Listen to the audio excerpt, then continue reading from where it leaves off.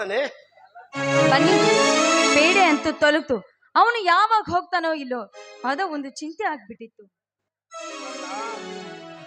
ಇಷ್ಟಕ್ಕೆ ಆತನ ಜೊತೆಯಲ್ಲಿ ಸರಸವಾಡುವುದಾಗಲು ಸಾಕಾಗಿ ಹೋಯಿತು. ನಾಳೆ ಮದುವೆಯಾದರೆ ಯಾವಾಗಲೂ ಆತನ ಜೊತೆಯಲ್ಲಿಯೇ ಇರಬೇಕಾಗುತ್ತದೆ. ಆಗ ಏನು ಮಾಡುವೆ? ನೀವಿದ್ದೀರಲ್ಲ, ಬೇಜಾರಾದ ಮನಕ್ಕೆ ತಣ್ಣೀರನ್ನು ಎರಚಿ ಆನಂದ ಬಾಷ್ಪವನ್ನ ನೀಡುವ ಮನಮೋಹರು. ಹಾಗಲ್ಲ ಸುವರ್ಣ, ಮದುವೆಯಾದ ನಂತರ ಯಾವಾಗಲೂ ಆತನ ಜೊತೆ ಕಾಲ ಕಳೆಯುವುದಾಗುತ್ತದೆ.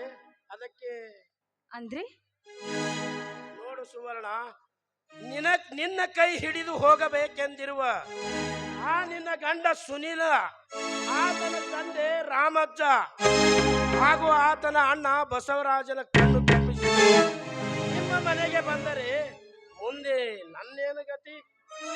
ಏನ್ ಮಾಡ್ತಾನೆ ಗಂಡನಾಗುವ ಗೋಲಿ ಗುಂಟು? ನಾನು ಹೇಳಿದಂತೆ ನನ್ನ ಕೈಗೊಂಬೆ ಆಗಿರ್ಬೇಕಾದ್ರೆ ನಾನು ಉರುಳಿಸಿದಂತೆ ಉರುಳುವ ಅವನೊಬ್ಬ ನನ್ನ ಕೈಗೊಂಬೆ ಅಂದಾಗ ಅವನೇನು ಮಾಡ್ಲಿಕ್ಕೆ ಸಾಧ್ಯ?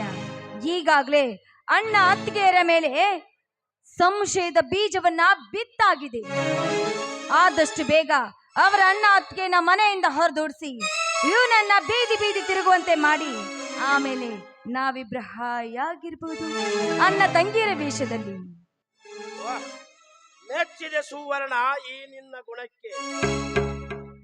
ಆ ರಾಮಜ್ಜನ ಮನೆ ಇತಿಹಾಸವನ್ನು ಏನೇ ಬೋಧಿಸಿ ಬಿಟ್ಟೆಯಲ್ಲ. ಎಷ್ಟೇ ಆದ್ರೂ ನಿಮ್ಮ ಕೈಯಲ್ಲಿ ಪಳಗಿದ ಹಕ್ಕಿಯಲ್ಲಿ.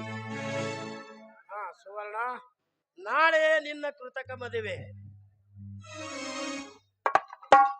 ನೋಡಿ, ನೀವಿರ್ಬೇಕಾದ್ರೆ ನನಗೇನು ಚಿಂತೆ ಇಲ್ಲ.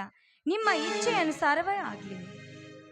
ಸುವರ್ಣ, ಇದೇ ಸಂತೋಷದಲ್ಲಿ ಒಂದು ಗೀತೆಯನ್ನು ಹಾಡಬಾರದೆ?